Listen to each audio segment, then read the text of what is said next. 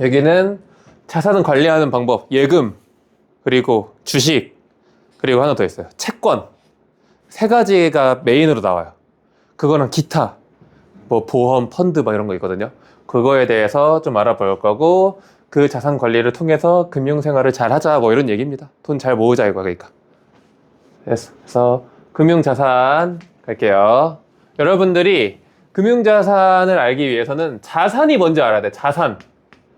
자산이 뭐예요? 오, 그쵸. 뭐 그런 식으로 가면 돼. 자기 재산. 영어로는 이제 뭐라 그래, 자산을. 머니는 돈이지. 그러니까 그렇게 1차원적으로 가면 안 돼요. 이거 고등학교 1학년은 잘 모르나? 에셋. 이런 거 처음 들어봐요? 에셋. 처음 들어봐요? 아이, 영어까지 챙겨주는 이런 알짜 수업. 그쵸? 이 자산이야, 에셋이. 여러분들 이런 말 들어봤어? 약간 미래 에셋 이런 거 들어봤어요? 그 에셋이에요. 미래 에셋은 뭐 하는 회사야? 자산 관리해주는 회사야. 그 자산인데, 그 자산은 크게 뭐가 있냐? 지금 여기 하나 있죠. 금융자산. 그쵸? 우리가 이제 할 게 금융자산이고요.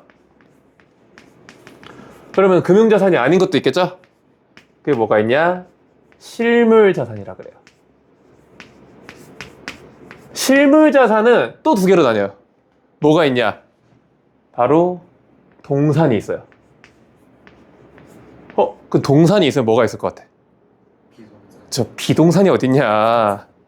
저 부동산이라죠. 그래 맞동산 아닌 게 어딨냐, 그쵸? 부동산입니다, 부동산. 부동산은 들어봤죠? 그러니까 동자가 뭘까요, 한자가? 그러니까 이게 사는 자산할 때 산자고요, 재산 산자. 동이 뭘까요? 동, 부동. 무슨 동자일 것 같아? 여러분들 아는 동자 많지 않잖아. 그 중에서 찾아봐요. 같을 동자는 아닐 거 아니야, 그래도. 그럼 무슨 동자일까요? 그쵸, 움직일 동자야. 움직이는 자산이야. 그럼 부동산은 뭐예요? 그쵸, 우리가 건물, 토지 이런 거 부동산이라 하잖아. 건물 막 들고 댕겨 막? 그쵸, 그러니까 그 부동산이야. 동산은 움직이는 거. 예를 들면은 다이아, 기중품 이런 거 다 움직이는 자산이다. 금이 대표적인 동산이죠. 이런 것들이 이제 실물 자산인데, 그럼 금융 자산은 뭐가 있냐?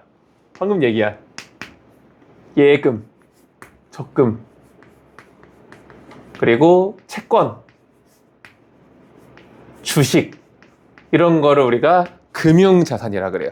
그래서 금융 자산의 특징은 뭔지 알아요? 집단의 신뢰로 가는 거야, 신뢰. 금융에서는 신뢰가 중요한 거예요. 그렇죠? 신뢰로 움직이는 걸 우리가 금융자산이라고 하고, 실제로 뭐가 이렇게 실물이 있는 건 아니잖아요. 근데 신뢰로 있다고 우리가 보는 거잖아. 막 통장에 막 5천만 원 있습니다 하는 게 진짜로 그 5천만 원짜리 뭐 자동차가 있는 게 아니라 써 있는 걸 보고 우리는 그걸 믿는 거잖아. 그렇게 가는 게 금융자산이라고 해요. 그러면은 여러분들 문제. 5만 원짜리 지폐가 있어요. 이거는 실물자산일까요? 금융자산일까요?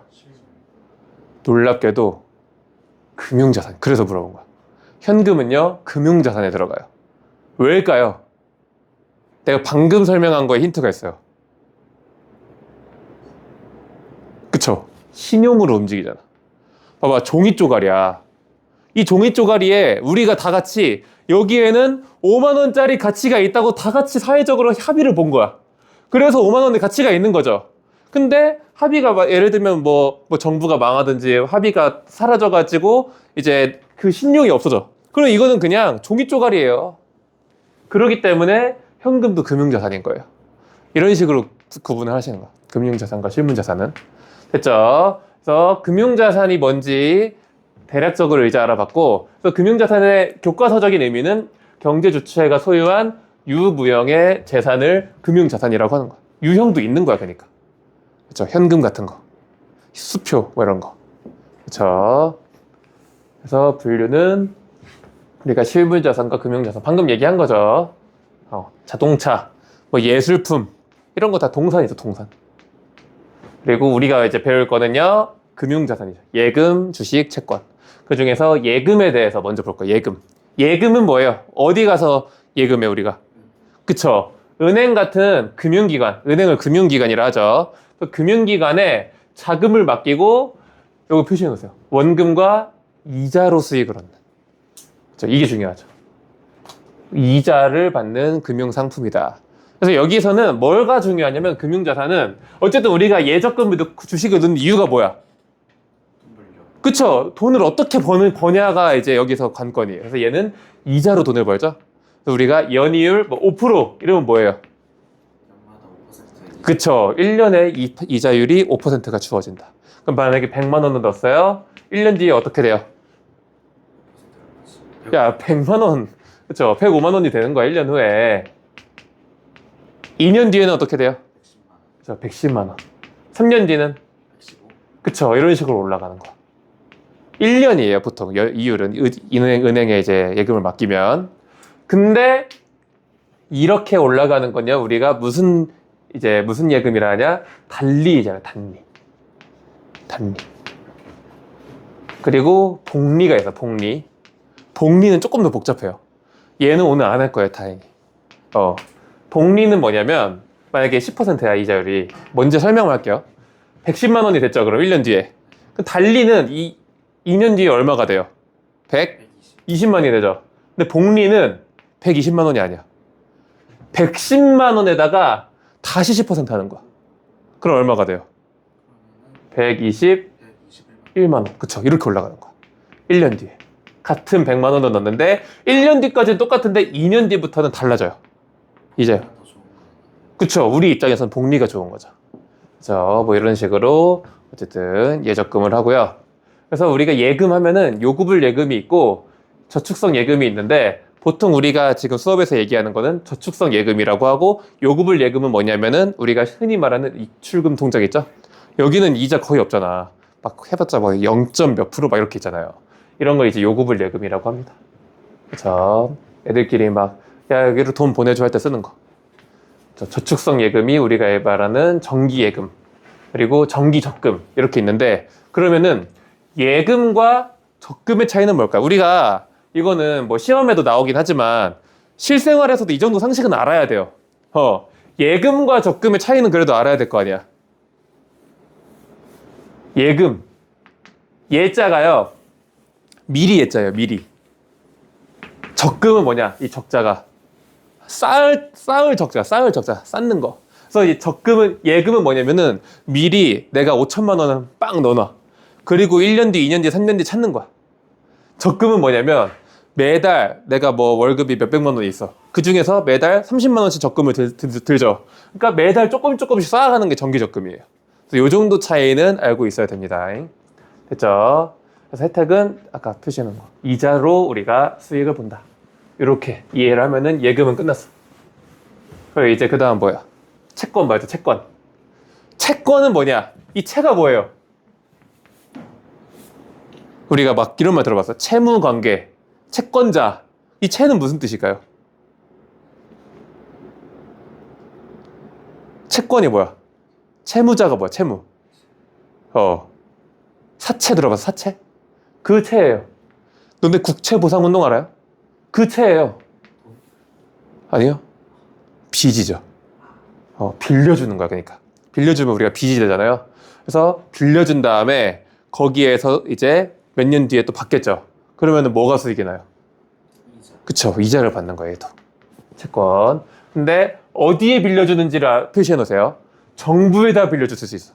우리가 그걸 국채라고 하잖아, 국채. 그쵸. 지방자치단체에 빌려줄 수도 있어.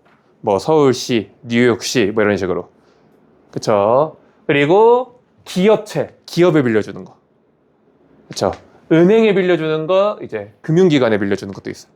이런 식으로 여러 기관에 빌려줘요, 채권은. 이런 데 이제 빌려준 다음에 이것도 표시해 놓으세요. 미래에 이자를 약속하고 발행하는 증서를 우리가 채권이라고 합니다. 그래서 채권은요, 기업에만 빌려주는 게 아니라 정부에도 빌려줄 수가 있는 거예요. 나도 이제 몇 년 전에 수업하면서 채권을 이제 한 거야. 어디에 채권을 들어온 줄 알아요?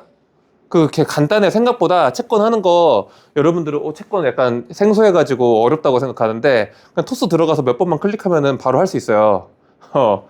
나는 미국에다가 채권을 빌려줬어. 그러니까 트럼프 형이 나한테 이제 돈 빌린 거야.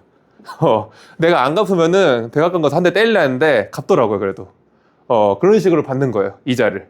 그때 당시에 이제 막 미국이 막 불안정하고 이러니까 채권 이자가 높은 거야, 막. 그래서 나도 해봐야겠다 해가지고 한 거예요. 그래서 수업할 때 써먹을 수도 있잖아 또 이렇게. 그렇죠? 그래서 얘는 이자로 수익을 얻는데 하나 더 있어요.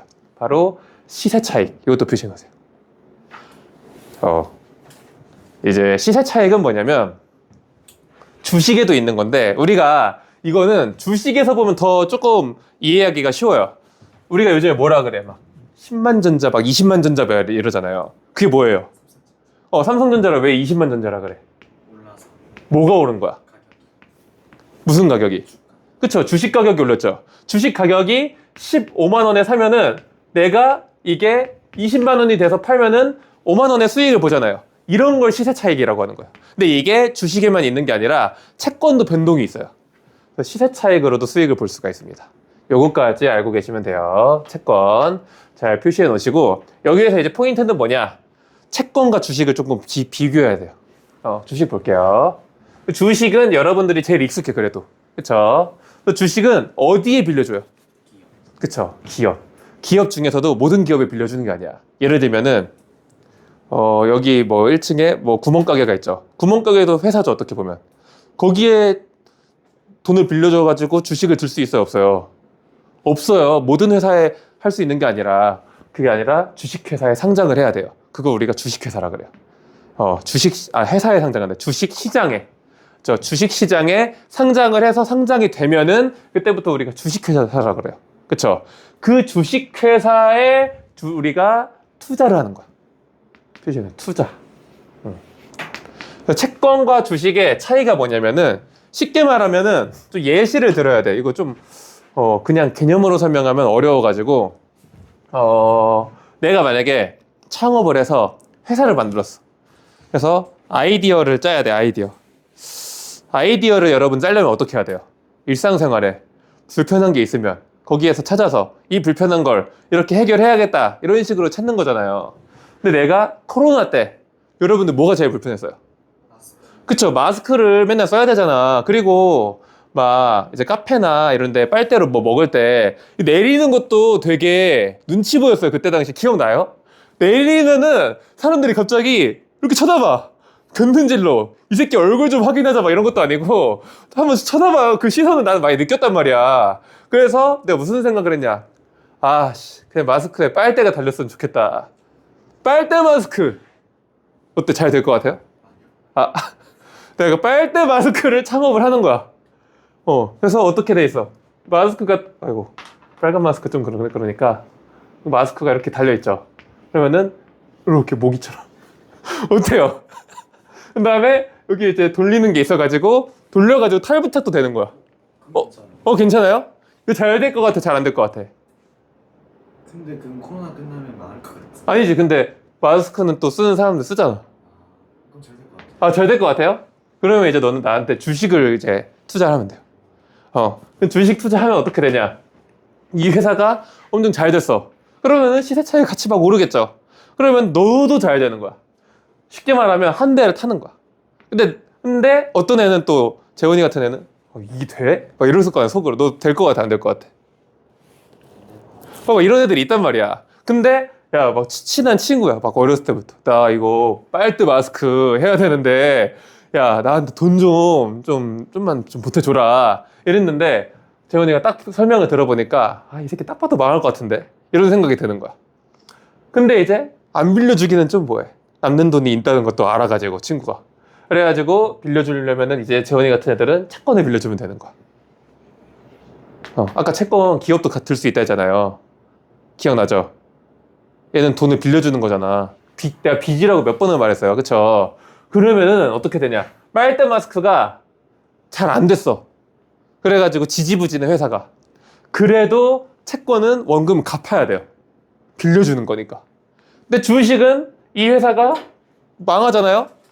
같이 망하는 거야. 한 배를 탄 거예요, 주식은. 어떤 느낌인지 알겠어요?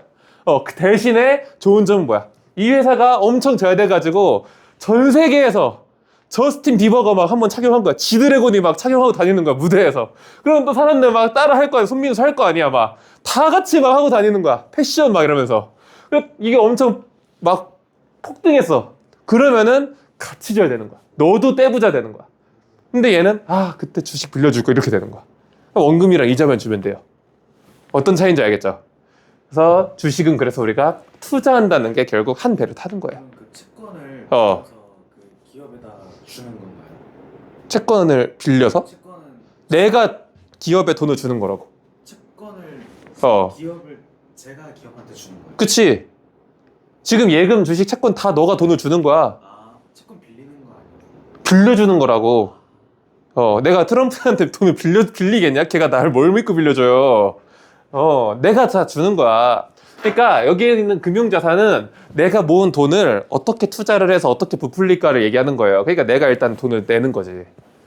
그렇죠. 어쨌든 투자를 받는 증서고, 그렇기 때문에 방금 얘기했던 시세 차익으로 이제 수익을 버는 거야. 같은 배를 타는 거야. 같이 가는 거. 근데 여기에는 배당금도 있죠. 배당금은 주식에 따라서 주는 기업이 있고 안 주는 기업이 있어요.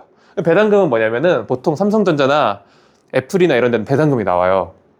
3개월마다 한 주당 얼마씩 주는 거야. 이게 배당금이에요. 그래서 이런 말 들어봤어요? 뭐 배당주를 사야 된다 이런 말 들어봤어요? 주식 별로 관심이 없구나. 배당주를 사라 막 이런 사람들이 있어, 전문가 중에. 그 사람들은 뭐냐면은 시세 차익이 올라가는 걸 기대하는 게 아니라 배당을 많이 주는 거야. 뭐 3개월마다 한 주를 사면은 막 5만 원을 준다고 쳐봐요. 그러면은 100주만 들고 있어도 얼마 줘요? 500만 원 주죠. 500만 원이면은 살만하잖아. 이런 식으로 투자를 해라. 이렇게 배당주라 그래요. 배당금 많이 주는 주식을. 됐죠? 그래서 어쨌든 여러분들이 기억해야 되는 거. 예적금은요 무조건 이자 수익이야. 근데 채권은 뭐예요? 일단 돈 빌려주는 거가 이자. 그리고 또 뭐 있어? 시세 차익. 얘는 배당금과 시세 차익. 어떤 걸로 수익을 보는지 기억을 하셔야 돼요. 그래서 주식과 채권의 차이, 같은 배를 타는 게 주식. 그냥 빌려주기만 하는 게 채권. 얘는 이자로 수익을 봐. 얘는 배당금이 나와. 시세 차익은 공통점이고. 그리고 하나 더 있어요. 주식은 회사만 발행 가능해요. 정부나 이런 데는 주식 없어요. 정부의 주식 어떻게 해. 그렇죠? 채권은 정부도 되고 회사도 되고 다 돼요. 요런 차이까지 알고 있으면 돼요. 그렇죠? 항상 개념 수업을 할 때는 비슷한 거 두 개를 구분하면서 개념을 이해해야 이게 기억이 잘 돼요. 그래서 여러분들이 이런 것들을 잘 구분을 해주셔야 됩니다. 그렇죠? 그리고 주식은 하나 더 있죠. 주식을 샀다는 거는 그 회사에 뭘 산 거예요? 지분을 샀던 거야, 지분. 그래서 주식을 많이 들고 있으면은 경영권도 있는 거야. 너가 삼성전자 주식을 샀어. 너도 삼성전자 경영권이 있는 거예요. 그쵸? 근데 개미 똥꼬만큼 있겠죠. 너한테는 결정권이 거의, 이걸 있다고 봐야 되기도 애매하고, 없다고 보기도 애매한 그 정도의 이제, 경영권을 가지고 있는 거야. 뭐 0.0001% 정도의, 권한이 있는 거예요. 그것도 권한이긴 하죠. 그래가지고 맨날 지분 가지고 싸우잖아요. 막 주식을 몇 퍼센트 가지고 있냐가 이런 거 가지고. 그게 요거예요. 됐죠? 그래서 우리가 예금, 주식, 채권 끝났어요. 이게 다예요. 근데 아까 내가 기타 있다 했죠. 막 펀드 이런 거. 그래서 펀드는 뭐냐? 펀드 회사 들어봤죠? 펀드 회사. 펀드 회사도 못 들어봤어요? 펀드 회사 되게 많아요. 어쨌든 금융회사, 펀드 회사 많은데 펀드 회사가 뭐 하는 회사인지 알려줄게요. 투자자들한테 내 돈을 투자를 받아. 그러면은 아까 예금도 있고 주식도 있고 채권도 있잖아요. 주식을 예를 들면은 주식도 그냥 주식만 있고 끝이 아니라 어느 기업 주식을 살지가 엄청 많잖아. 기업이 뭐 100개, 1000개 넘을 거 아니에요. 심지어 우리나라 주식만 있는 게 아니라 미국 주식도 있을 거고 일본 주식도 있을 거고 되게 많잖아. 그런 거를 나는 사실 어디다 투자할지 모르겠는 거야. 막 손이 벌벌벌 떨리려 막 주식 투자만 해도. 그러면은 펀드 회사에 맡기면 되는 거예요. 근데 얘네들이 딱 봤을 때 얘네들은 전문가잖아. 펀드 매니저를 하잖아요. 펀드 매니저. 이런 사람들이 돈을 모아. 나 같은 이제 벌벌벌 떨리는 사람들이 있을 거 아니에요. 걔네들한테 돈을 모으면은 그게 엄청 뿔잖아요. 그거를 가지고 주식 어디다가 조금 넣고, 어디다가 뭐 채권 조금 넣고, 어디다가 조금 금에다가도 투자하고, 이런 식으로 투자를 해서 그러면 이제 수익이 나오겠죠. 그 수익금을 아까 고객들한테 돌려주는 거야. 그거를 펀드라 그래요. 그러니까 내가 잘 모르겠다. 그럼 펀드에 넣으면 되는 거예요. 됐죠? 그래서 이 펀드는 요거 표시해 놓으세요. 별명이 간접 투자 상품이야. 그러니까 내가 직접 하는 게 아니잖아. 펀드 매니저가 대신해 주잖아. 그쵸? 근데 나보단 적겠죠? 얘네들은 밥 먹고 이것만 하는 애들이니까. 엄청 망하는 건 못 봤어요, 나는. 개인적으로는. 드물죠, 근데 거의. 잃어도 근데 만약에 일정 조금만 잃어도 그거에 대해 보상해라 이런 거. 그런 건 딱히 없어요. 계약할 때 잘 써야 돼, 그런 거는. 근데 웬만하면 난 없어. 근데 여러분들 ETF 이런 말 들어봤어요? 좀 들어본 적 있죠? ETF의 F가 펀드예요. 근데 ETF는 뭐냐면 펀드 매니저가 대신해 준다는 개념이 아니라 좀 잘 나가는 기업 많잖아. 엔비디아도 있고 애플도 있고 뭐 유명한 기업 뭐야 테슬라도 있고 막 이런 기업 있죠. 이런 거를 조금씩 묶어 놓아서 상품으로 만들어 버린 거야. 왜냐면 그때그때 펀드 매니저 만나서 계약하고 이러는 게 귀찮잖아. 그러니까 너네가 알아서 사라 해가지고 그 펀드 회사에서 ETF 상품을 막 올려놓는 거야. 그거를 사는 게 ETF라고 보시면 돼요. 뭐 이렇게까지는 안 나옵니다. 근데 펀드가 그냥 간접 투자. 그러니까 펀드 매니저가 대신해 준다. 요것만 알면 돼요. 펀드는. 그렇죠? 어렵지 않죠? 오늘은 별로 안 어려워요. 연금. 연금은 뭐야? 노후 대비. 그렇죠? 노후 대비를 위한 금융 상품을 연금이라고 하는데 국민연금 얘는 뭐예요?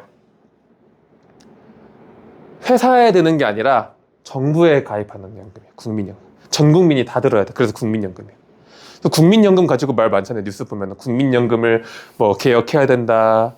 뭐 이러면서 더 내고 더 받자, 덜 내고 안 받겠다, 막 안 내고 안 받자, 막 이러면서 지금 막 젊은 사람들은 뭐라 그래? 우리가 나중에 60세 넘어서 퇴직을 했을 때 국민연금 돈이 남아 있을지도 모르겠다. 국민연금에 지금 돈이 바닥난다는 얘기가 있잖아요. 그 연금이 국민연금. 그래서 얘는 특징이 뭐예요? 강제 가입입니다. 그냥 내가 뭐 회사 생활을 하고 뭐 공무원을 하고 하잖아요. 그럼 국민연금비를 자동으로 납부하게 돼 있어요. 국민연금. 근데 이제 국민연금으로만은 연명이 안 되잖아요. 부족하잖아. 그러니까 이제 개인적으로 드는 거야. 개인연금, 퇴직연금 이런 거. 됐죠? 요것만 좀 차이만 알면 돼요. 연금은. 그래서 국민연금 살짝만 표시해 놓고 얘는 강제가입. 국민연금은 다른 단원에서도 한 번 더 나와요. 사회복지제도 할 때. 그 다음 보험 쉽죠? 우리가 보험 든다 하잖아. 재해나 뭐 사고나 이런 거에 손실에 대비하기 위해서 드는 보험을 우리가 보험이라고 하고 얘도 똑같아요. 사회보험은 국가에서 드는 거, 민영보험이 민간에서 드는 거, 민간기업. 그렇죠? 이렇게 구분하시면 됩니다. 우리가 산업재해 막 이런 거죠. 산업재해 보상보험 이런 거 있죠? 그런 게 다 보험이죠. 됐죠? 그래서 여러 가지가 있다 이거. 예금, 적금도 있고 주식도 있고 채권도 있고. 잘 모르겠으면 아까 뭐 있다 그랬어요? 펀드 있잖아요. 펀드도 있고 그리고 연금이랑 보험까지 뭐 6개 정도 봤죠. 그래서 자산관리를 왜 해야 되냐 이거야. 자산관리 왜 해요? 이거 기본 상식이야. 근데 자산관리 왜 해? 뭐라고? 그쵸? 내가 은퇴했을 때를 걱정하는 거잖아 보통. 그래서 노후 대비를 위해서. 그래서 기본적으로는 소득을 얻는 기간은 우리가 한정적이야. 그쵸? 공무원도 뭐 60세, 65세 되면 다 은퇴하잖아요. 그럼 그 이후에 65세 됐으니까 뭐 굶어 죽어야 돼 이런 거 아니잖아요. 그때를 대비해서 자산 관리를 해야 되고 그리고 이런 게 있죠. 예상치 못한 지출이 있잖아요. 우리가 항상 나갈 때만 나가는 게 아니라 갑자기 사고가 난다든가 갑자기 이제 병에 걸린다든가 뭐 이런 것들에 대비해서 우리가 자산 관리를 해야 된다. 2가지 이유가 있는 거죠. 그렇죠? 그 다음 자산 관리에 3번 이거 외우셔야 돼요. 안수유 3개 딱. 안전성, 수익성, 유동성이 있어요. 자산 관리의 3원칙. 그래서 안전성은 뭐냐? 말 그대로 얼마나 안전한 정도야. 그렇죠? 투자한 자산의 가치가 안전하게 보호될 수 있는 정도고 얘는 원금이 얼마나 안전한가 이거 원금. 그렇죠? 원금이 보호될 수 있는 정도. 그러면은 여러분들이 아까 이제 이거를 구분해야 돼. 예적금이 있고요. 채권이 있고 또 뭐 있었어요? 주식이 있죠. 지금 개념에 대해서 간단하게 설명을 했으니까 이거는 만약에 여기서 여러분들이 내가 맞췄어. 이해가 됐어. 그럼 안 외워도 돼요. 이 3가지 중에 안전성은 뭐가 제일 높을 것 같아요? 채권 1위. 채권이 가장 예적금. 넌 채권. 다른 친구들은? 채권? 예적금? 재원이는? 한 명 빼고 다 예적금이에요. 이럴 때는 집단 지성이 맞을 확률이 높습니다. 얘가 1위예요. 채권은 어쨌든 빌려주는 거잖아. 파산하면 어떡해. 사람을 못 돌려줘요. 보통 그렇죠. 파산한다는 게 뭐야? 내가 빚이 너무 많아서 못 갚겠어요 하는 거잖아. 항복. 배째 이거잖아. 그럼 못 갚죠. 그러니까 1위는 예적금이야. 보통 얘는 맞춰요. 애들이. 여기서 헷갈려야지 보통. 2위는 뭘 것 같아요? 아, 그렇죠. 2위가 채권. 그 다음이 주식. 이렇게입니다. 안전성은 예적금이 제일 높아요. 야, 은행에 맡겼는데 왜 넌 잃을 거라 생각해? 누가 훔쳐가? 은행도 망할 수 있지. 아, 은행 털이? 저 권총 들고 와가지고 은행 털릴까봐? 그건 아니에요? 은행도 망할까봐? 근데 그럼 막 불안해? 막, 채권도 아닙니다. 왜 말해봐. 괜찮아. 예, 채권도 이렇게 어. 망해서 못 갚으면은 어. 쟤랑 주식이랑 위험성이 똑같은 거 아닌가요? 주식은 망해서 파산하는 게 아니라 그냥 회사가 그때 당시 조금만 잘 안 돌아가도 원금 못 받아요. 막 15만 전자가 10만 전자 되고 지금 삼성전자가 30만까지 갔다가 잠깐 뭐 한 2주 전인가? 16만? 뭐 반토막 났잖아.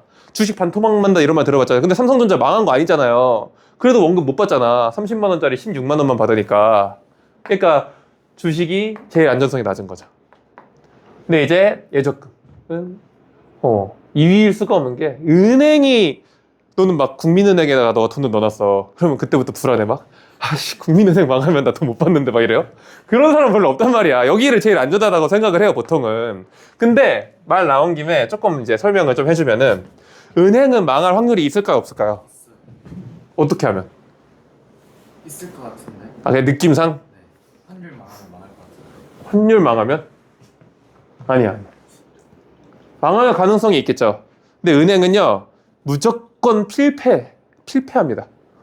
왜 망하는 줄 알아요 은행은? 어떤 경우에? 되게 간단해요. 은행은 어떻게 수익을 내요? 이자. 어떤 이자? 우리가 예적금을 하면은 걔네가 돈이 나가는 건데 그 은행은 어떻게 돈을 벌까요? 왜 어떻게 우리한테 이자를 줘? 뭐 갑자기 땅 파마? 세금? 세금을 은행이 받아? 아니, 그러니까 이런 기본적인 상식이 생각보다 경제 상식이 좀 있어야 돼. 그래서 내가 이거 좀 얘기 덧붙여 주는 거예요. 그 빌린 돈 쓰나? 어디다 써주고 이거 어디다 써? 그래. 예적금으로 돈이 막 들어오죠. 엄청 들어올 거 아니야. 막 5천만 원, 1억씩 늘 거 아니야. 사람들 보면은. 그럼 돈이 막 쌓일 거 아니야. 그 돈을 어디다 쓸까요? 맞아요. 대출로 돈을 버는 거야. 그래서 우리가 만약에 연이율이 3%야. 그럼 대출 이율은 7%막 이렇게 되는 거야. 그러면 우리가 100만 원으로 우리 3만 원씩 우리가 벌죠. 걔네들은 그 100만 원으로 딴 데 빌려주는 거야. 그럼 얼마 받아? 7만 원씩 받죠. 이런 거를 기본적으로 이거 상식이니까 좀 알고 있습니다. 예대 마진이라 그래. 그렇죠. 그래서 마진은 뭐야? 수익이 나는 거 마진이라 하죠. 이건 영어예요. 예대는 한자예요.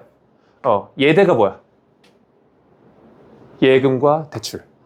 예대 이자 차이가 있죠. 여기에서 마진을 본다는 거야.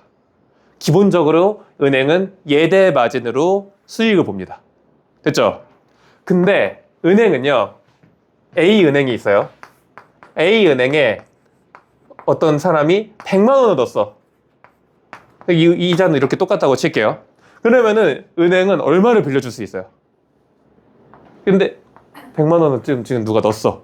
그 얼마를 빌려줄 수 있어? 다른 데다가 100만 원을 빌려줄 수 있죠. 근데 아니에요. 1000만 원을 빌려줄 수가 있습니다. 이게 이때부터 이제 문제가 생기는 거야. 100만 원이 있는데 1000만 원을 빌려줄 수가 있어요. 왠 줄 알아요? 아까 금융상품은 뭐라 그랬어요? 실물이 없어도 신용이 있으면 돌아가잖아. 은행에 대한 신용이 있잖아. 그렇기 때문에 은행은 자기가 가진 돈에 뭐 나라마다 달라요. 법마다 10배 정도는 빌려줄 수가 있어요. 그러니까 그럼 100만 원을 받아서 1000만 원 빌려줬어. 그러니까 뭐 1000만 원 한 명한테 빌려준 게 아니라 100만 원, 100만 원, 100만 원 해서 여러 사람한테 보통 빌려줘요. 그러면 10명한테 빌려줄 수가 있는 거잖아. 그럼 거기에서 이제 얘네들은 이자로 수익을 내는 거고. 근데 이게 왜 가능하냐? 계산을 해보니까 90% 정도는 안 찾더라고, 사람들이. 그러니까 10%만 가지고 있어도 저 돈 찾으러 왔는데 했을 때 여기 하고 줄 수가 있는 거야. 그래서 보통 이제 90% 정도를 이제 돌릴 수 있게 해주는 거예요, 법적으로. 이렇게 하는데 은행은 내가 왜 이제 필폐한다고 하는지 알겠죠? 갑자기 사람들이 다 찾아러 와. 그러면 은행은요 무조건 못 돌려줍니다. 여러분들이 알고 있는 모든 은행이 다 이래요. 다 같이 찾으러 오면요 은행은 망해요. 이거를 전문 용어로 뱅크런이라 그래요. 뱅크런 들어봤죠? 이게 뱅크런이에요. 그렇기 때문에 은행은 망할 수가 있어. 근데 왜 안전성이 1이냐 이거야. 무조건 필폐하는 구조인데. 왜냐? 법적으로 보호해줍니다. 은행에 예적금을 한 돈은요 정부가 은행이 망하더라도 돈을 지원해줘요. 거기 보시면은 안 적어놨나? 예적금에 예금자 보호제도 있죠. 이거예요. 이게 그 법이에요. 예금자 보호제도가 있기 때문에 얘는 안전성이 1입니다. 거기 보시면은 1인당 5천만 원까지라고 돼 있죠. 네. 법이 바뀌었어요. 그래서 상향됐습니다. 내가 정확히 그 액수는 생각이 안 나는데 지금은 이제 5천만 원이라고 하면 틀려요. 그래서 상향됐어요. 그것도. 왜냐면은 이게 옛날에 만들어진 제도인데 물가가 계속 올랐잖아. 근데 이건 안 바뀐 거야. 그래서 바뀌어야 된다 계속 얘기가 있었어요. 그래서 이번에 바뀌었어요. 됐죠? 그래서 예적금이 안전성이 1위고 주식이 꼴찌야. 안전하지 않아요. 그러니까 이제 주식시장에 돈 넣으면 그때부터 불안해지는 거야. 계속 그래프만 보고 있는 거야. 근데 은행에 돈 넣고 그런 거 바보란 말이야. 국민은행에 돈 넣고 국민은행 망하네 이런 사람은 없어요. 그렇죠? 무슨 말인지 알겠죠? 이해 확실히 됐어요? 그래서 안전성은 이제 순서가 이렇게 되고 다음 수익성. 수익성은 뭔지 알겠죠? 내가 얼마나 수익을 볼 수 있을까를 기대하는 정도야. 뭐가 제일 높을 것 같아요? 주식이 무조건 1위야. 2위는 뭘까요? 예적금? 그 다음은? 채권? 아니에요. 이렇게. 왜 바뀌냐? 안전성과 수익성은요, 반비례한다고 보면 돼요. 야, 안전한데 수익도 높은 상품은 이 세상에 없어요. 만약에 그런 상품이 있다? 그냥 사기예요. 진짜야. 근데 사기꾼들이 말을 잘 털잖아. 야, 여기는 무조건 오를 수밖에 없는 데야. 막 이런단 말이야. 무조건 막 뛴데 여기 사면은 그런 거 다 사기야. 안전하면서 수익이 잘 나오는 거 다 거기다 다 넣지. 그거 왜 너한테 말해? 자기 가족한테 말하지. 그쵸? 그런 거 절대 믿으면 안 됩니다. 여러분들. 안전한 만큼 수익은 떨어지고요. 수익성이 높은 만큼 불안전하다는 거야. 그게 반비례 관계입니다. 그쵸?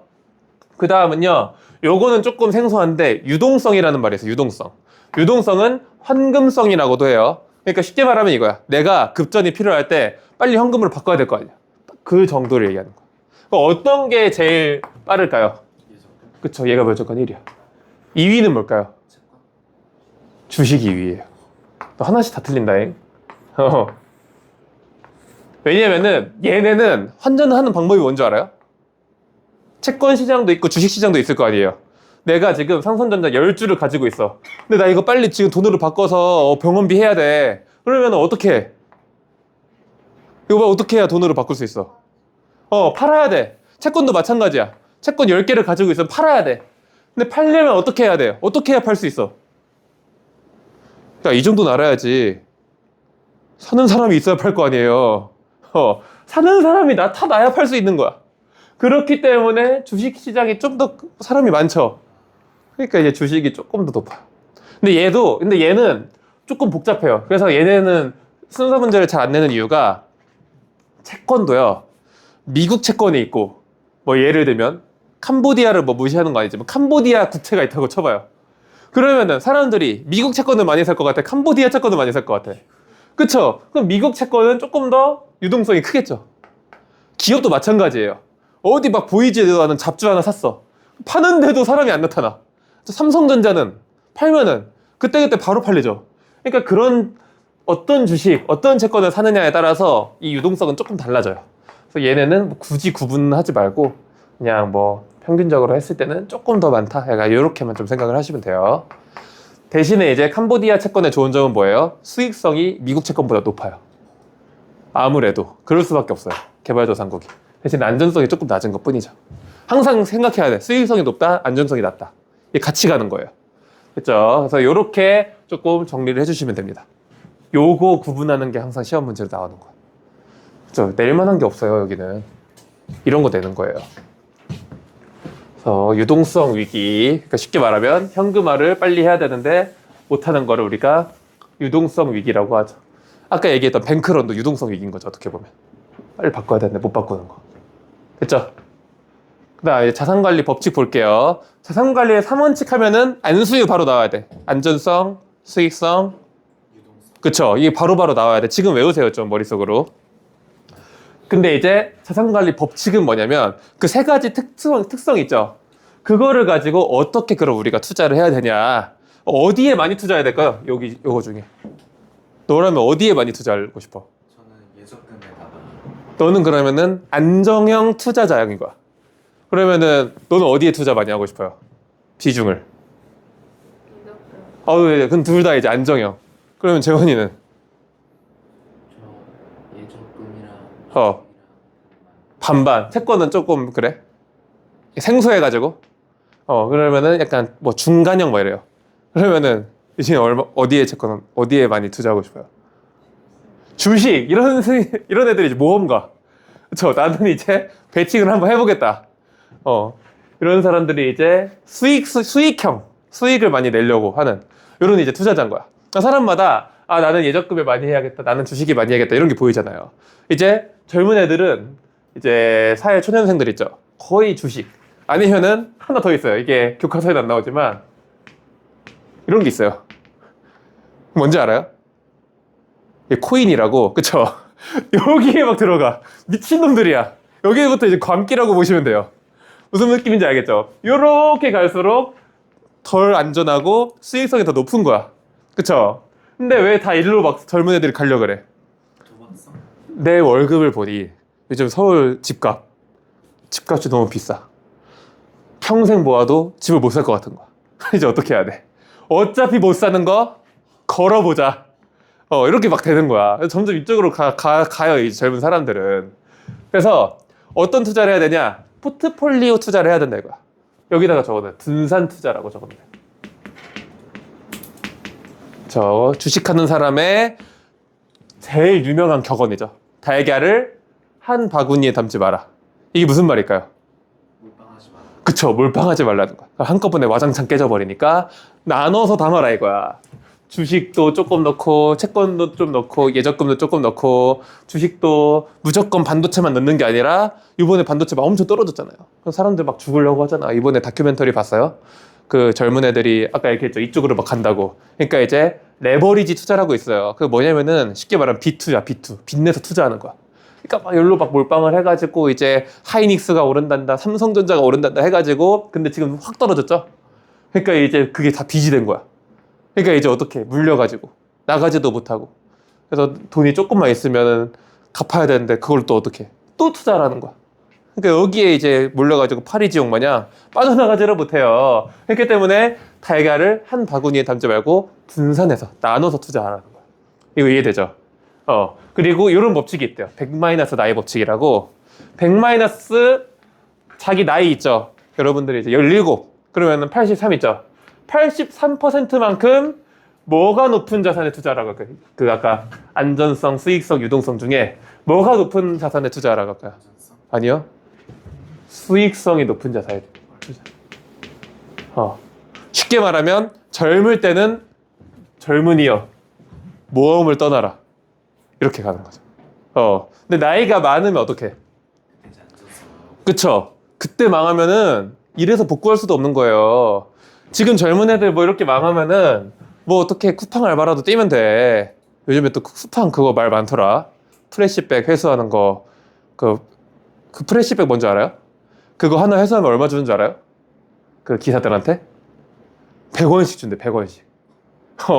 그러니까 거기 가가지고 이거 하나 회수하면 100원 받는 거야. 그러니까 이게 뭐가 안 떨어지잖아. 그것 때문에 이제 쿠팡 기사 뭐 처우 개선해달라고 막 그런 게 막 있어요. 어쨌든 젊을 때 망하면 막 노가다를 뛰든 뭐 알바 이거 배달을 하든 내가 오는 길에 그거 봤어요. 그 무슨 택배 그 트럭 있잖아요. 엄청 큰 택배 트럭 했는데 거기에 택배 트럭 뒤에 구인 공고 이렇게 써 있는 거야. 근데 거기 뭐라고 써 있는 줄 알아요? CJ인가 뭐 대한통운인가 택배였는데 최소 월 500을 준다는 거야. 택배기사 돈 많이 받아요, 생각보다. 갑자기 하고 싶죠, 막. 택배 잘할 것 같고. 그러니까 어떻게든 복구가 가능한 거야, 젊을 때는. 하지만 내가 막 70세야. 그러면은 뭐 택배 떼어? 야, 오토바이 타다가 달달달 타다가 이것도 불안해 죽는 거야. 저 목발 짚어야 되는데 오토바이 타고 있고. 그러니까 그때부터는 점점 안전하게 가라는 거죠. 젊을 때 수익성이 높은 자산에 투자해라. 이게 100-I 법칙입니다. 됐죠? 됐어. 하나 이제 끝났어요. 여기는 별거 없어요. 생애 주기. 영어로 이제 라이프 사이클. 라이프 사이클이 뭐야? 시간에 따라서 우리가 그런 거 보죠. 뭐 유아기, 뭐 아동기, 청소년기, 청년기, 중년기, 장년기, 노년기 이렇게 가잖아요. 그걸 우리가 생애 주기라 그래요. 라이프 사이클을. 여기 써 있구나. 유아기, 아동기, 청소년기, 청년기, 중장년기, 노년기까지 가서 이제 빠이빠이 이렇게 되는 거잖아요. 이 생애 주기에 따라서 과업이 있다는 거야. 그래서 청소년기, 여러분들 청소년기, 청년기잖아요. 이때는 뭐냐? 청소년기까지는 여러분들 교육 많이 배우고 많이 잘 크고 성장 잘하고 이게 이제 청소년기에 해야 되는 어떤 과업이라는 거야. 청년기부터는 이제 슬슬 대학교 졸업하고 취업을 시작하죠. 취업을 하고 돈을 벌고 결혼을 하든 자녀를 출산을 하든 뭐 이런 식으로 과업이 생기죠. 그런 식으로 애가 커. 그리고 이제 중년기, 장년기가 되겠죠. 그럼 이제 어떻게? 가족을 이제 부양해야 돼. 나이 많으신 뭐 우리 아버님, 어머님. 그리고 주택 마련도 해야 되고. 그리고 이제 점점 장년기로 될수록 은퇴 고민도 해야 돼. 노후 준비도 해야 되고. 그쵸? 노년기 때는 이제 건강 관리도 같이 해야죠. 자산 관리뿐만이 아니라. 그쵸? 운동 같은 거 좀 하셔야 됩니다, 여러분들도. 그리고 나서 이제 물론 그게 있어요. 이런 생애 주기별 가업은요. 무조건 똑같이 가는 건 아니죠. 사람마다 삶이 다를 수도 있는 거고 어떤 사람은요. 젊을 때 잘 안 되다가 할머니 돼가지고 빵 뜨고 이런 사람도 있어요. 그 누구냐? 그 무슨 유튜버 하나 있었는데 할머니인데 이름이 기억이 안 나네 갑자기. 100만 유튜버 막 할머니 있어요. 인플루언서 할머니인데 그때 막 잘 된 거야 막. 그런 사람도 있고 어떤 애는 완전 애긴데 그 뭐지 띠엔가 뭐 있어요. 그래도 보면은 애긴데 갑자기 잘 되고 이래서 돈을 벌잖아. 청소년기인데 돈을 벌잖아요. 그러니까 사람마다 좀 다를 수는 있다는 거야. 이게 무조건 똑같이 간다는 건 아니고 전반적으로 그렇다는 거예요. 됐죠? 그렇기 때문에 우리가 소득과 지출은요 항상 한정적이고 그리고 항상 생애 주기에 따라 다르죠. 소득이 특히 그래. 청년기 때부터 일반적으로 소득 활동을 시작한다는 거야. 근데 안 그런 사람들도 있다는 거예요. 그렇죠? 그리고 장년기 때 점점점 승진을 하다가 최고점 도달하고 그때부터 이제 내려오겠죠. 그리고 퇴직한 다음에는 거의 없어지는 거야. 그렇죠? 근데 이제 지출은 어때요? 지출도 뭐 점점점 증가하다 감소하긴 하는데 소득보다는 폭이 작아요. 왜 그럴까요? 왜 비교적 일정할까요? 삼시세끼 먹는 거 똑같이 먹고 의식주 똑같이 하잖아요. 옷 입는 것도 돈 있고 뭐 어른 됐다고 나는 이제 늙었으니까 핸드폰 요금도 안 내도 되고 이런 거 없잖아요. 그렇기 때문에 비교적 일정하다는 거야. 소득에 비해서. 그래서 어떻게 해야 되냐? 지출이 큰 시기에 미리 자산을 마련을 해야 된다 이거. 그렇죠? 그래서 이 그래프 있죠. 거기 보시면은 수입 곡선이 등락이 커요. 폭이. 그렇죠? 컸을 때 팍 컸다가 감소할 때 팍 감소하는 거야. 근데 지출은 물론 이것도 감소가 있지만 왜냐면은 이제 65세 넘어가면 뭐 지하철 공짜로 타고 이런 혜택이 있잖아요. 막 그런 게 있기 때문에 조금 내려가는 것도 있긴 하지만 비교적 일정하다는 거야. 그렇죠? 그렇기 때문에 이 시기 이때 돈을 많이 잘 모아서 아까 얘기했던 예금, 주식, 채권 잘 하라는 거죠. 그냥 흥청망청 쓰지 말고. 그렇죠? 욜로 하다가 골로 간다 막 이러잖아요. 그리고 욜로 막 한다고 막 다 써버리는 게 아니라 조금씩 저축을 해서 모아놔야 요때 이제 살 수가 있다는 거죠. 그렇죠? 왜냐면 요즘에 또 100세 시대잖아. 100세 시대.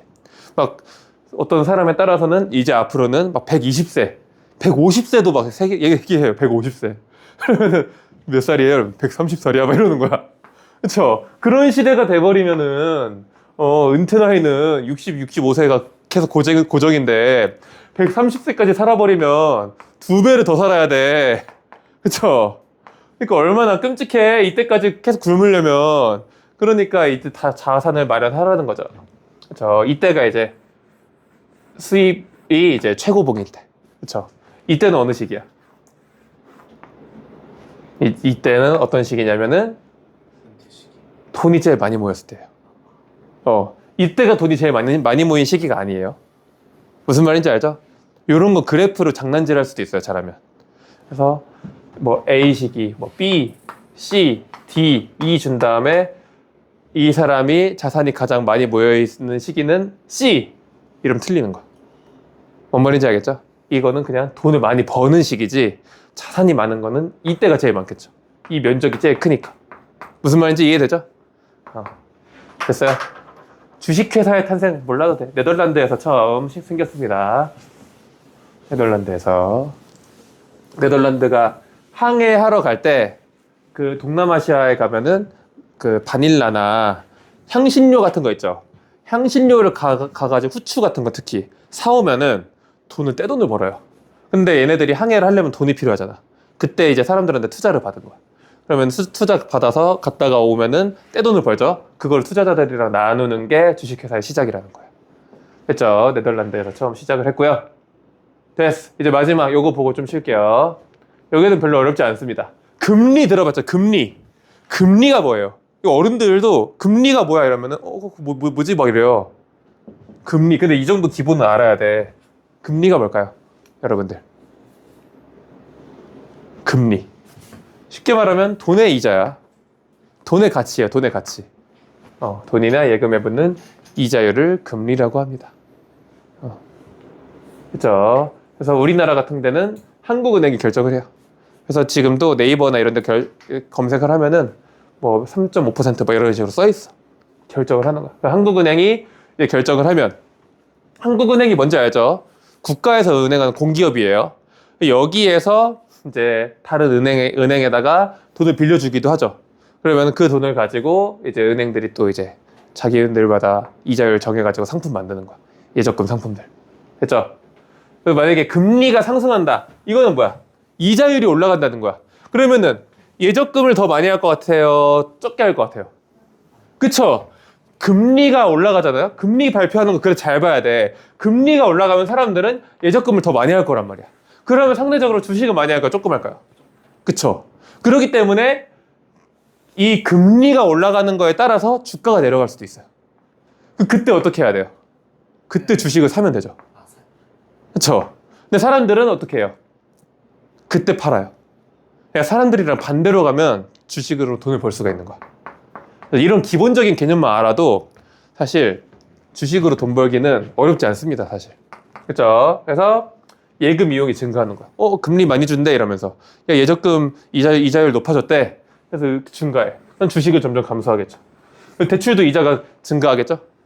당연히. 이게 금리가 올라가는 거는 예적금의 이자도 올라가지만 대출의 이자도 올라가는 거야. 대출 이자가 증가하면은 사람들이 사업이나 창업을 할까요, 안 할까요? 더 안 하겠죠. 그렇기 때문에 기업 실적에는 부정적 영향을 미치는 거야. 기업이 새로운 아이템을 하거나 사업을 실시할 때 돈을 어쨌든 빌려야 될 거 아니야. 근데 덜 빌릴 거 아니야. 그렇죠? 그래서 얘는 조금 불경기로 갈 수가 있는 거고, 반대로 금리가 하락하면은 예금은 감소하고 주식은 증가하고 대출 이자가 하락하니까 기업이 좋아. 호경기가 될 수가 있는 거죠. 그래서 이거에 따라서 정부가 금리를 높일 수도 있고 낮출 수도 있는 거예요.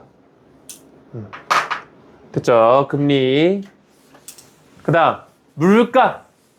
물가는 뭐예요? 물건의 가치. 오, 정확하죠. 물건의 가치죠. 그럼 금리가 높아. 그럼 물가는 높아질까요? 낮아질까요? 높아져요. 아니죠. 내가 얘기했죠. 금리는 돈의 이자율이라고도 생각을 하지만 돈의 가치라고 생각을 해도 돼요. 그렇죠? 왜냐면은 100만 원을 내가 가지고 있어요. 그럼 100만 원으로 금리가 3%야. 3만 원씩 벌어올 수 있죠. 금리가 5%야. 5만 원씩 벌어올 수 있죠. 금리가 높으면은 돈의 가치도 늘어나는 거야. 돈의 가치가 높다는 거는 물건의 가치는 어떻게 된다는 거야. 그쵸? 물가랑 금리는요 반비례예요. 그것만 알면 돼요. 자, 그래서 보통은 시장이 결정을 하죠. 물가는요. 수요 공급 곡선에 따라 우리 보이지 않는 손 배웠잖아. 보이지 않는 손에 따라서 물가가 결정이 되는 거야. 시장 경제 체제는. 근데 가끔씩 정부가 결정하는 경우도 있어요. 예를 들면은 이런 적이 있어요. 미국 어디 주에서 지진인가 나가지고 물이 없어진 거야. 물이. 그럼 그 사람도 물을 사야 되잖아요. 근데 그때 당시에 물을 파는 이제 슈퍼나 회사에서 어떻게 한 줄 알아요? 그 지역에 물 가격을 10배, 20배 받아버리는 거야. 그럼 돈 없는 사람들은 안 그래도 자연재해 때문에 죽겠는데 물도 없어가지고 굶어 죽는 거야. 그럴 때 이제 통제를 하는 거죠. 최고 가격을. 그렇죠. 이럴 때는 정부가 결정하는 거죠. 보통은 시장이 결정을 하죠. 정부가 모든 물건의 가격을 결정하는 거는 우리가 뭐 어떤 경제 체제라 그래요? 우리 배웠어요. 계획. 그쵸. 계획 경제 체제라 하죠. 이런 거 구분하셔야 되고, 이것도 어렵잖아요. 물가가 상승해. 내가 여기 이제 생략이 돼 있는데 금리가 어떻게 돼요? 그러면 그쵸. 금리가 떨어져. 그러니까 금융자산보다는 실물자산 투자가 증가하죠. 금융자산 당연히 감소하겠죠. 이 정도. 물가 하락은 당연히 반대로 가는 거죠. 물가가 하락을 하니까 돈의 가치가 높아지죠. 그러니까 사람들이 현금을 가지고 있으려고 그래. 그렇죠. 그래서 그리고 유동성이 높은 자산을 선호하게 된다. 그렇죠. 이렇게. 그다음 환율입니다. 환율. 이것도 애들이 환율에 대해서 들어는 봤는데 잘 몰라 보면은. 환전 이익률? 뭐 그렇게 이제 하면 되는데 그것보다도 만약에 1달러가 지금 얼마냐 1달러가 1,500원이라고 할게요. 그러면은 1달러에 만약에 1,000원이 됐어. 그러면은 지금 달러의 가치가 커졌을까요? 원화의 가치가 커졌을까요? 그쵸? 원화의 가치가 커진 거야. 그러면은 이거를 다시 지우고 환율이 떨어졌다고 칠까요? 환율이 떨어져. 그 원화의 가치는 어떻게 될까요? 환율이 떨어졌다는 건 원화의 가치는 올라간 걸까요? 떨어진 걸까요? 떨어진다. 약간 헷갈리죠? 알겠어요? 이거? 바로 안 나와도 돼. 이거는 생각해 보면 돼. 그러면은 다시 1달러가 아까 얼마였어? 1,500원이었죠. 근데 만약에 1달러가 환율이 떨어진 거니까 환율이 떨어지면 1달러가 얼마가 돼요? 그쵸? 이게 환율이 떨어진 거죠. 그러면 원화의 가치는 어떻게 됐어요? 그쵸? 이렇게 하면 돼요. 환율을 내가 헷갈린다 시험장에서 그러면은 이렇게 펼쳐놓고 보면 되는 거야. 그죠? 외울 필요가 없어요. 이거는 환율이 올라가면 원화 가치가 떨어지고 막 이걸 막 외운단 말이야. 근데 이렇게 보면은 그냥 직관적으로 이해가 되는 거죠. 환율이 떨어졌더니 원화의 가치가 올라갔죠. 환율이 반대로 올라갔어. 그러면은 원화의 가치가 떨어진 거죠. 이거 이해돼요? 이해 안 되는 사람 있어요 혹시? 이해 안 되면 지금 해결해야 돼요 이거. 다 이해됐죠? 환율이 올라가면 원화의 가치는 떨어진다. 이렇게. 달러의 가치는 반대로 어떻게 돼요? 올라가죠. 원화의 가치가 떨어지니까. 원화 가치 떨어졌을 때. 아니 환율이 떨어졌을 때. 환율이 떨어졌을 때. 원화는 올라가고. 달러의 가치가 어떻게 되는 거야? 원화 가치는 낮아져야 되는 거야. 그쵸. 너 올라간다 했잖아 방금. 됐어요? 환율. 그래서 화폐 교환 비율. 그래서 환율이라 환율. 그래서 보통은 우리가 환율이라고 하면은 원달러 환율을 얘기하는 거죠. 원화와 달러의 환율을 보통 얘기하죠.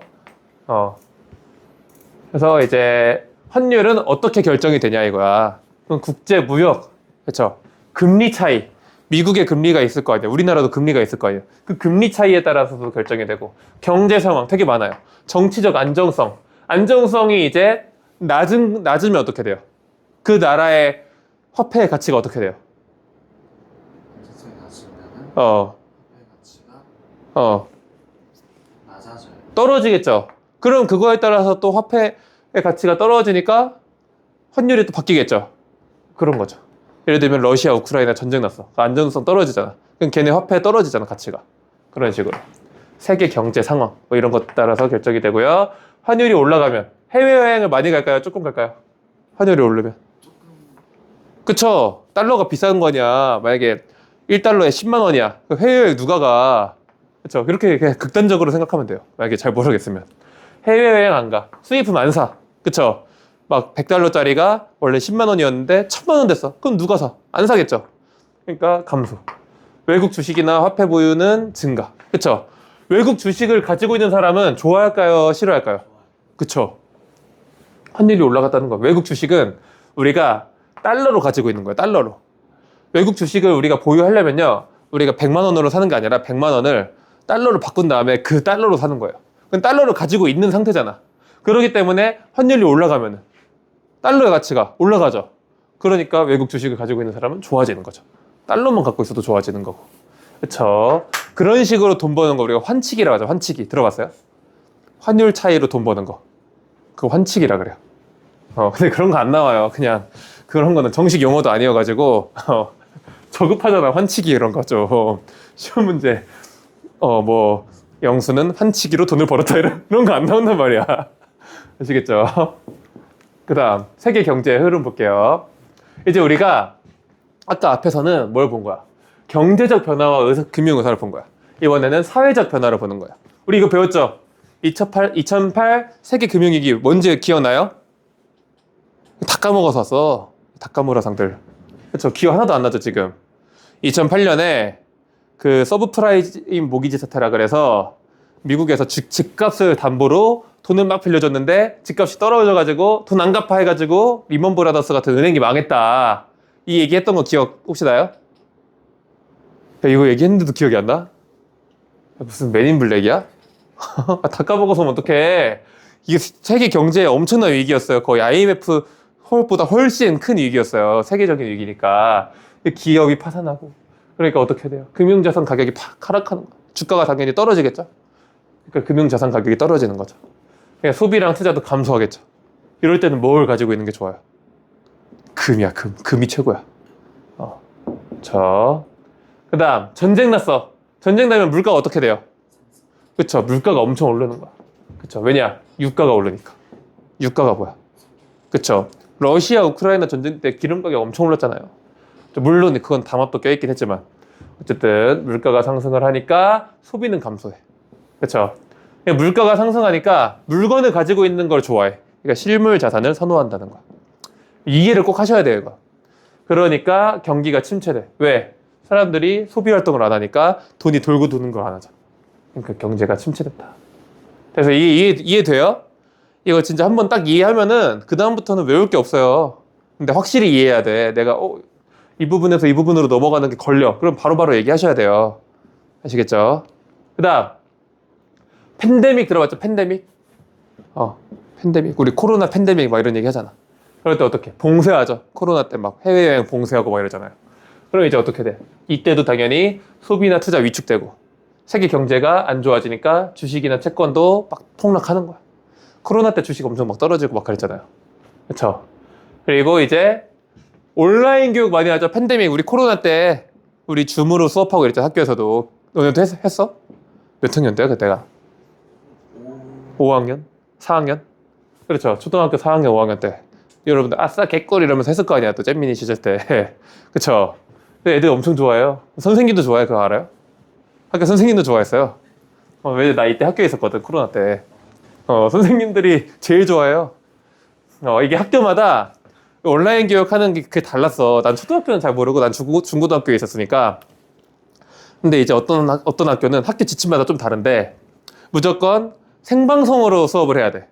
이런 학교가 있고요. 어떤 학교는 영상을 미리 찍어놔. PPT 올려놓고 그거를 이제 밤마다 뿌려가지고 하면 돼. 이게 진짜 개꿀이야. 내가 이랬거든. 진짜 좋은 게 내가 만약에 1반부터 6반까지 수업을 들어가. 영상 하나 찍어놔. 그럼 어떡해? 그걸로 6번 일한 거랑 똑같은 효과를 보는 거야. 노동력이 6분의 1로 감소하는 거야. 개꿀. 그것만 업로드만 예약 그것도 뭐 그때그때 할 필요도 없어요. 그 예약 업로드 걸어놓는 게 있거든요. 그걸로 걸어놓고 그냥 쉬면 돼. 너무 좋았어요. 어쨌든 한 번 더 오면 안 되죠. 당연히 이건 나쁜 생각이니까 취소. 됐죠? 바이오 업계도 당연히 이득을 받겠죠. 우리 또 백신이나 뭐 이런 회사들은 엄청난 이득을 받죠. 그 다음 외교 관계가 악화돼. 그러면 당연히 주가가 하락되겠죠. 수출을 못하니까. 뭐 이런 식입니다. 어렵지 않아요. 하나도. 대한민국은요. 이거 무역 의존도가 엄청 높아. 우리나라는 다 뭐 하려고 해? 그쵸. 수출하려고만 되잖아. 근데 만약에 아까 얘기한 것처럼 외교 관계가 안 좋아져. 그럼 수출 다 못해. 그럼 우리 망하는 거야, 기업. 저 세계 경제의 영향을 너무 받기가 쉬워. 자급자족이 또 안 돼, 또 우리는. 식량 같은 것도 사야 돼요, 또. 그쵸. 그리고 국가 신인도는 국가를 신뢰할 수 있는 정도라고 보시면 돼요. 한 국가의 정치, 경제, 사회 등 여러 분야를 평가해서 얼마나 신뢰할 수 있냐 이거를 국가 신인도라고 한다. 그렇죠. 우리나라는 신인도가 좀 깎여 있어요. 왜요? 윗동네에 누가 살아요? 그쵸. 정은이네가 있잖아. 그것 때문에 깎여 있어. 그걸 우리가 코리아 해저드라 그래요. 그래서 통일이 되거나 뭐 전쟁 위험이 없어지면 좋은 점이 뭐냐면은 삼성전자든 뭐 SK든 어떤 주식이든 다 올라 우리나라는. 그것 때문에 깎여 있어요. 그쵸. 그래서 만약에 통일의 기미가 보인다? 그럼 바로바로 사야 돼. 막 그 재밌는 거 많아요. 주식 보면. 예를 들면은 한일 관계 있죠. 한일 관계가 막 악화돼. 막 유니클로 뭐 불매운동 막 이런 거 하잖아. 한일 관계가 악화된다? 이거 진짜 개꿀팁인데 어디 주식이 오르는 줄 알아요? 모나미가 엄청 올라요. 왠 줄 알아요? 우리가 여러분들이 쓰는 펜 거의 다 일본 펜이야. 메이드 인 재팬이야 거의 다. 근데 한일 관계가 악화돼서 막 불매운동 막 이런 거 하잖아요. 그러면은 모나미가 잘 되는 거야. 그런 게 또 있어요 막. 되게 여러 가지 요소들이 있습니다. 그다음 정치 경제적 안정 당연히 안정되면 좋죠. 그러면은 이제 그때부터는 수익성 위주로 막 투자할 수 있게 안정적이니까. 무슨 말인지 알겠죠? 여러분들 한번 풀어보세요. 금리가 상승했어. 그럼 주식 많이 쓸까요? 적게 쓸까요? 감소, 그쵸? 그다음 물가가 하락하면 예금 이용자는 증가할까요? 감소할까요? 왜요? 이거 이웃까지 해야 돼. 연결시키는 거. 물가가 하락했어. 그래서 금리가 올라요. 그래. 증가해야 돼. 그래. 그러니까 그렇게 하라고. 그냥 외우면 안 돼. 이거 풀어서 해야 돼요. 그러니까 틀리잖아, 바로. 증가하죠. 그 다음. 물가가 상승했어. 그러면은 어떤 자산을 선호할까요? 실물 자산. 그쵸. 물건의 가격이 높아지니까 물건이 좋은 거야. 그쵸. 그 다음. 외국 주식 보유자는 환율이 상승하거나 하락하거나 뭘 좋아할까요? 그쵸. 이거 쉽죠. 그 다음. 팬데믹 현상이 발생하면 물가는 왜요? 상승해야지. 물건을 갖다 쓰는 게 공급이 힘들어지잖아요. 그럼 공급이 떨어지면 어떻게 돼? 물가가 또 올라가죠. 그 다음 전쟁이 났어. 우리 코스피 들어봤죠? 우리나라 주식시장 코스피라 하죠. 코스피 지수는 어떻게 될까요? 당연히 그쵸, 하락하겠죠. 전쟁 나는데 지수가 올라갈 수는 없어요. 말이 안 되는 거야 그거는. 그 다음 세계 경제가 불안정해졌어. 수익성, 안전성 중 어떤 거를 사람들이 투자하려고 그래? 그쵸, 안전한 걸로 가려고 하는 거. 불안하니까. 쉽죠? 환율이 올라갔어. 원화의 가치 어떻게 돼요? 그쵸? 그래, 그렇게 펼쳐봐. 기억이 안 나면. 하락돼요. 그쵸? 그렇게 하면 절대 안 틀려요. 그 다음 미국 금리가 상승했어. 그러면은 대한민국의 예금 이용률은 증가할까요? 감소할까요? 미국 금리가 상승해. 이거 어렵죠? 왠지 감소. 봐봐. 예금 이용률이 증가하려면 우리나라 금리가 높아야 돼요? 감소해야 돼요? 높아요. 높아야 되죠. 근데 우리나라 금리는요, 쉽게 생각하면 돼요. 미국 금리 따라가요. 그러니까 증가하겠죠. 미국의 금리를 높인다. 진짜 특이 사항이 아니고서야 우리가 낮추지 않아요. 따라가. 근데 일본 같은 나라는 어떻게 해요? 계속 낮춰요. 왜 낮춰? 일본의 전략이 뭐야? 엔저 들어봤어요? 엔저 현상? 엔화의 가치를 떨어뜨리는 거야. 그럼 어떻게 돼? 사람들이. 일본만이요. 그쵸. 일본으로 다 여행 가고 이러잖아. 그러니까. 일본 싸다 이러면서. 그러니까 이제 일본은 무조건 낮추는 거야. 근데 우리는 미국이 높이면 같이 높이고. 근데 일본은 우린 낮출 건데 이러고 낮춰요 막. 실제로 그래요. 뉴스 같은 거 보면은 뭐 그렇습니다. 그쵸. 그래서 일본 많이 가. 동남아 많이 가는 이유가 뭐 그런 겁니다. 우리나라 그렇게 일본 불매 하더니 일본 금리 낮추니까 신나가지고 그쵸. 도쿄, 오사카 막 가는 거야 막. 그쵸. 그리고 많이 가는 데가 또 방콕, 다낭, 괌, 베트남 이런 데. 그쵸. 사포로. 여기가 4위에서 10위래요. 이 순서대로. 아까 1, 2, 3위는 어디였어? 야, 1, 2, 3위가 다 일본이야. 그쵸? 우리는 아직도 일제강점기예요. 그쵸? 여기도 일본 있고. 사포로 알죠? 눈의 도시 사포로. 자, 금리. 자, 요즘에는 단기 예적금도 많다는 얘기예요. 원래 예적금 들으면은 3년짜리 상품, 뭐 5년짜리 상품 이래요. 근데 지금은 너무 이제 경제 변동이 심하니까 사람들이 3년짜리 안 들려고 하는 거야. 3년을 있어야지 그 예정된 금리를 주니까 안 들려고 하니까 은행에서 이런 거 만드는 거야. 6개월, 3개월, 심지어 1개월까지. 그렇죠. 이런 상품도 만들어졌다. 짧은 예적금. 뭐 그런 얘기고요. 전쟁, 우리 러우 전쟁 알죠? 이것 때문에 세계 물가가 다 상승했죠. 유가가 상승하면 무조건 물가가 오른다 그랬죠. 뭐 이런 얘기. 됐어. 이거는 코로나 얘기가 이번 교과서에 다 들어갔어요. 그래서 재난지원금 막 주고 막 이랬잖아. 막 5만 원, 10만 원씩 뿌리고. 요거 초기에 걸리면 돈 많이 줬어요. 근데 점점점 이제 너무 뿌리니까 돈이 없잖아. 그러니까 지원금도 점점점 준 거야. 그래서 어차피 걸릴 거면 초반에 걸렸어야 돼요. 여러분들 초반에 걸린 사람 혹시 있어요? 걸렸어? 그럼 막 혹시 너도 그것도 진짜 초반이면은 그 격리를 하는데 집에서 격리하는 게 아니라 호텔 같은 데 잡아줘요. 아, 그 정도 초반 아니고? 아, 맞아. 물건도 줬어. 막 물자 같은 거 일주일치. 뭐 줘요? 나는 그때는 안 걸려가지고. 뭐 이런 식으로 무슨 구호물자처럼 뭐 이렇게 막 주고 막 이랬어요. 근데 이거보다 극초반은요, 호텔 잡아줬어요. 격리하라고. 근데 지금은 걸려봤자, 니 탓, 뭐 이러잖아요. 그죠? 내가 걸렸을 때는 딱 10만 원 받을 때였어. 그러니까 어차피 걸릴 거면 빨리 걸리는 게 좋았다. 그쵸? 그냥 따지지도 않고 막 지원금 뿌려주니까. 그리고 막 백신 막 맞게 하고. 백신 다 맞았죠, 막. 너는, 안 맞았어? 이거 맞았어? 왜 사람마다 달라? 너는 의무가 아닌데 그냥 맞은 거야? 아, 그때 나 학교에 있을 때잖아. 학교 선생님들은 무조건 의무였어. 슈퍼 전파자라고 막. 아, 진짜 그래요? 걸리지도 않았는데 슈퍼 전파자 막 이래. 나 그거 검사하는 게 너무 싫어. 그거 교실에서 걸리면 막 의무적으로 검사 받고 오고 막 이랬잖아요. 그거 하면 어떡해. 코 뚫려 막. 진짜 소가 된 기분이에요. 이게 하면서 빨대 같은 거 집어 넣잖아요. 그러면 나 이렇게 집어넣는 줄 알았는데 빨대가 뇌까지 와. 진짜 뒤질 것 같아 그거 진짜. 난 그거 코가 이 빨대로 이게 수직으로 들어갈 줄 몰랐어요. 그치? 난 이 정도 들어간 줄 알았는데 계속 나 무슨 마술쇼 하듯이. 나 진짜 난 너무 싫었어 그거. 내가 약간 겁이 많아서 그런가? 어쨌든 뇌를 건들 것 같아 빨대가. 어쨌든 다 이제 받아봤으니까 또 2020년부터 뭐야 이거?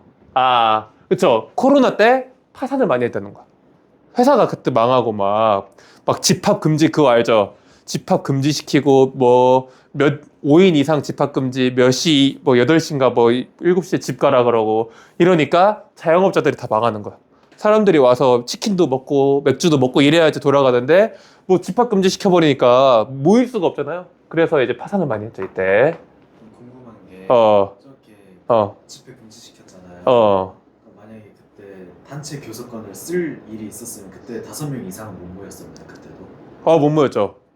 그때 모인 게 없었을걸요? 그때는 막 방송 같은 것도 막 칸막이 쳐놓고 마스크 다 끼게 하고 막 그랬었던 시절이고 그래서 이제 막 문제가 됐던 클럽 이런 데 아예 막 못 가고 그랬었던 시절이라 노조 막 이런 거 없었어요 딱히.